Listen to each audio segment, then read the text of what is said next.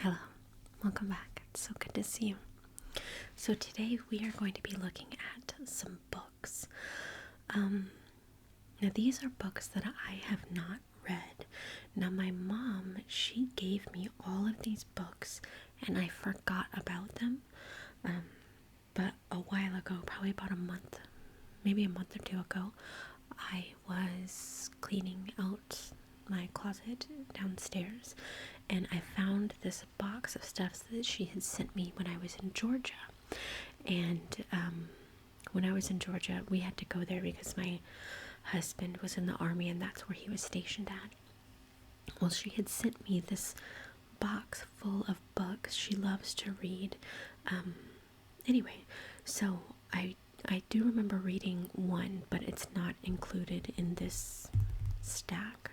But then I got pregnant and I had my daughter and I didn't have time to read. So yeah, but anyway, so I found these in a box downstairs in my closet and I was like, ooh, which one shall I read? So I thought it would be interesting just to show them to you, read the back of them, and then if maybe you have read something that I have here or recommend, you can just leave a comment down below.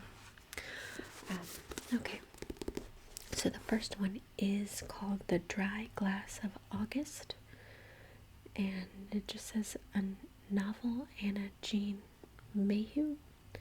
And there's a little quote from Lee Smith. I read this book straight through. I have not. Okay, so, oh my gosh, you can tell this is old because she got it at Borders. Wow. Okay, yeah, so what does it say? It says a beautifully written, it doesn't really say anything about the book. Maybe it's on the inside cover. I like books like these that have, like, it makes it look like the pages are old. You know what I mean? Like they're not all level and flush. I like books like that. I like that a lot. Okay. Yeah, so here's the description of the book on the inside.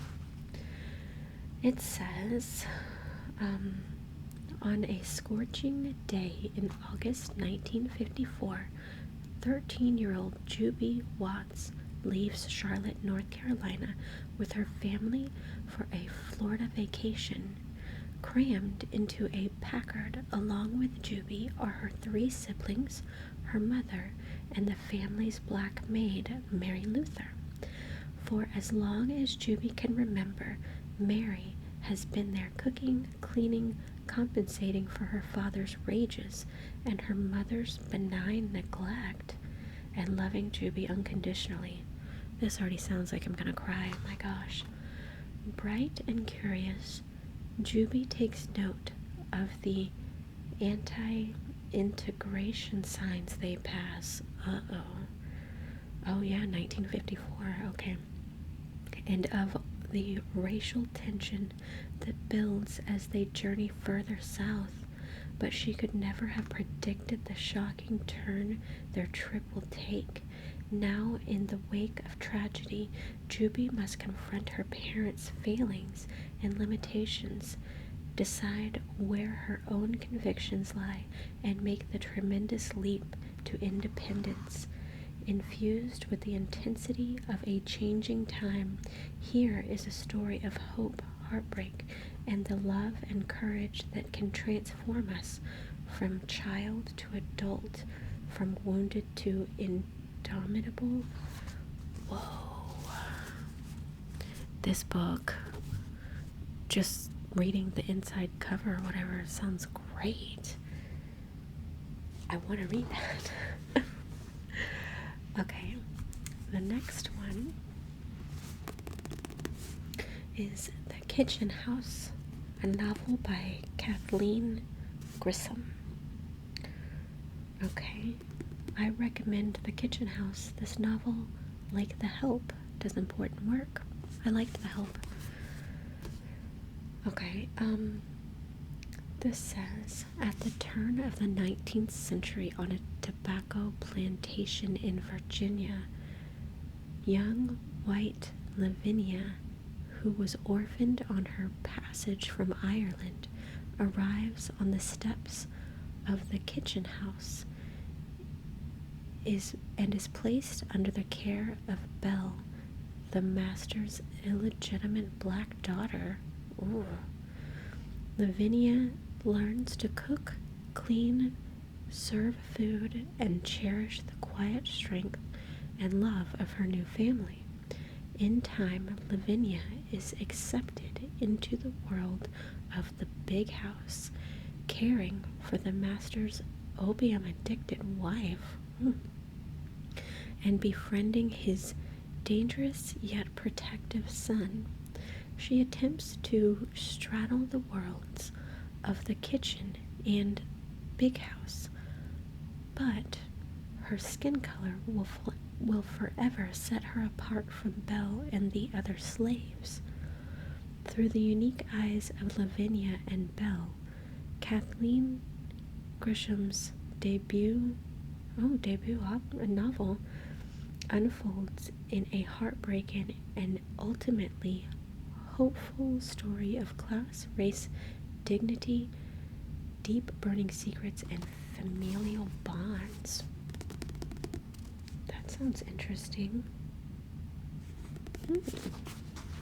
Okay, what's next? Heading Out to Wonderful by Robert Ulrich. Dangerously dark, deliciously dark and dangerous. The Oprah magazine. Oprah likes it. Okay. Is it on the inside or no, just the outside? Okay. It says a delicious feast for the reader.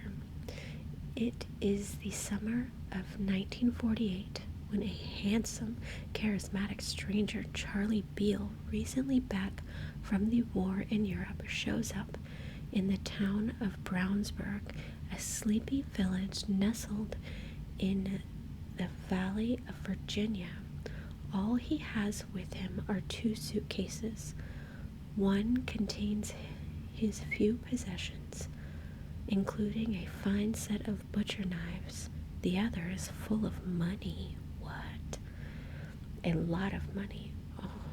Heading Out to Wonderful is a haunting, heart-stopping novel of love gone terribly wrong in a place where once upon a time such things could happen. What does that mean? Interesting. Okay, let's see, what do we got next? Ooh, this is from Kristen Hanna. I love Kristen Hanna. She wrote a book. Oh, what was it called? The Nightingale. Oh my gosh, that book, it was much bigger than this. I am a very, very slow reader, and my friend let me borrow the book. She said it was so good, and she said she was a slow reader and she finished it, I think, in like 5 days, something like that. And I was like, oh gosh, then it's gonna take me at least 3 weeks. So I read the book and I could not put it down. I finished it in 2 days, and it was so emotional that, like, there was one point that I was crying so hard that I could not see the words in the book anymore, and I literally had to just stop and have a full-on meltdown. But the book was so good, like, oh my gosh, so good. So Kristen Hanna, this might be the book I'm reading next because she is great. Plus, look at this, it says Winter Garden, and it's got like a little winter scene. Christmas, you know what I'm saying? Okay, let's read the back of the book. How can a woman know herself if she doesn't really know her mother? Meredith and Nina Whitson are as different as sisters can be. One stayed at home to raise her children and manage the family business. The other followed a dream and traveled the world. But when their beloved father falls ill, these two estranged sisters will find themselves together again, standing alongside their icy and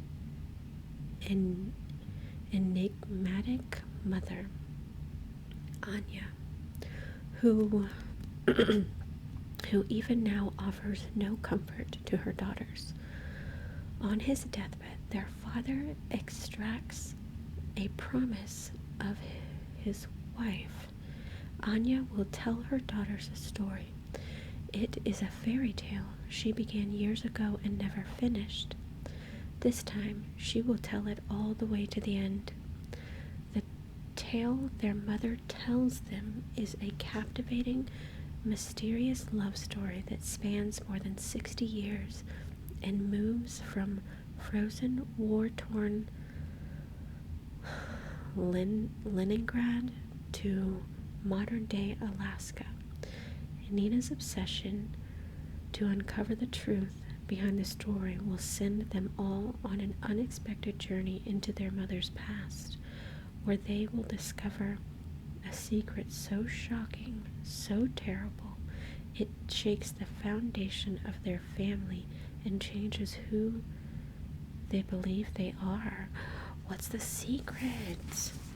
Oh my gosh, I want to know. Okay. This one is called The Barn Dance. Somewhere between heaven and earth, love it, there is a place where the magic never ends. What? Okay. On November 27th, 2005, two men broke into Linda Twinman's apartment in Evanston, Illinois, and brutally ended her young life. What? 3.5 years later, guided by a series of visions and dreams, James Twinman was mystically drawn to a barn in the Nevada wilderness where heaven and earth collide and magic changes lives. If you've ever wondered if we really can communicate with our loved ones who have passed to the other side, this book is your answer. If you've ever thought that heaven and earth never met, then this story will reveal a world you never imagined. A world where love never ends and life goes on forever. Once you pick up this amazing book, you won't want to put it down, and your life will never be the same. What? Wait a minute, what? There's a real picture. Hold on a second. Is this a true story? Hold on. Okay, I'm gonna read the inside because I'm feeling like this is a true story. Maybe I'm just crazy. It says, I first met Linda in 1984 when I graduated from Loyola University in Chicago, and she remained the most important woman in my life until that tragic day in 2005 when she was killed. I needed a miracle, and 3.5 years later it came. This is the true story of how heaven opened a door and showed me that death isn't the end of life, but the beginning. What? If you've ever wondered if we really can communicate with our loved ones who have passed to the other side, then this is your answer. If you've ever thought that heaven and earth never met, then this story will reveal a world you never imagined, a world where love never ends and life goes on forever. My intention was to honor the woman who changed my life and to reveal a mystery that is hidden to most, but which is very, very real. The Barn Dance is a love story that I hope will inspire you to live life to the fullest. What?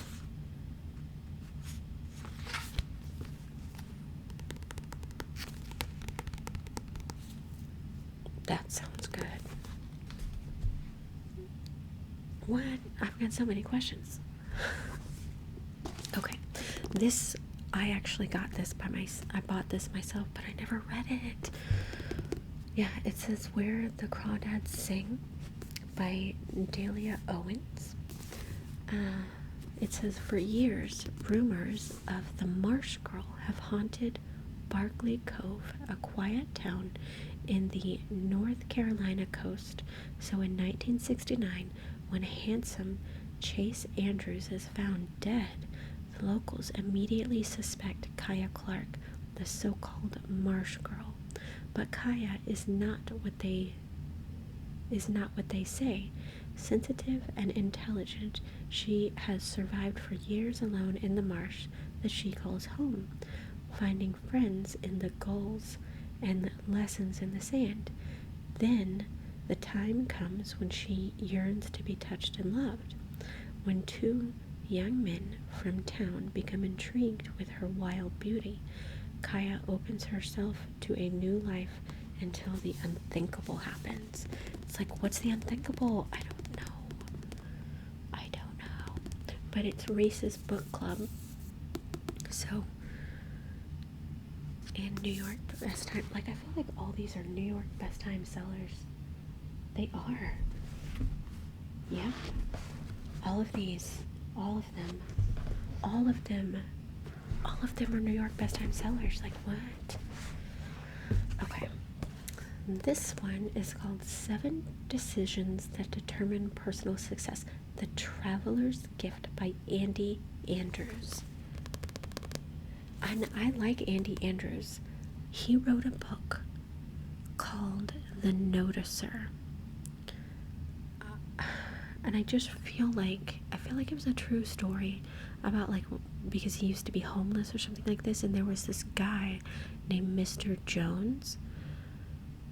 And, like, I don't know, I just had the feeling that, like, Mr. Jones was, like, an angel on earth or something, like, legit, or God himself, you know? I just remember that book being really, really good. And so this is by Andy Andrews. Does it say what this is about? It says, only a few months ago, he was a successful executive. Now he's a desperate man. But a divine adventure is about to unfold. Join David Ponder on an incredible journey that will help you discover the 7 decisions for success. Okay. I don't know. It says the Time Traveler's Gift effectively combines self-help with fiction, sustaining momentum while simultaneously passing on instructions for positive thinking. Well, that's good. An exemplary job at finding positive suggestions for overcoming life's obstacles. Andy Andrews will challenge you to reach your fullest potential. Okay. And then there's one more. Again, New York Times bestseller. Is this one? Yep, New York Times bestseller. What's going on? These are all good. I guess she got this at Target. 20% off. Okay, this is called Save Me by Lisa Scoutline. An intense, breathless ride. You won't be able to put this one down. Okay, let's see what it's about.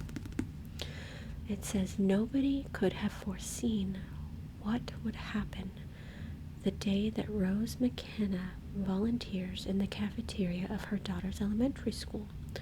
Rose does it to keep a discreet eye on her 3rd grader, Melly, a sweet, if shy, child who was born with a facial birthmark that has become her own personal bullseye. Melly has been targeted by the mean girl at their new school. I hate mean girls. Bullies are the worst. And gets bullied every day, placing Rose in a no-win position familiar to parents everywhere. Do we step in to protect our children when they need us, or does that make things worse? When the bully starts to tease Millie yet again, Rose is about to leap into action, but right then the unthinkable happens.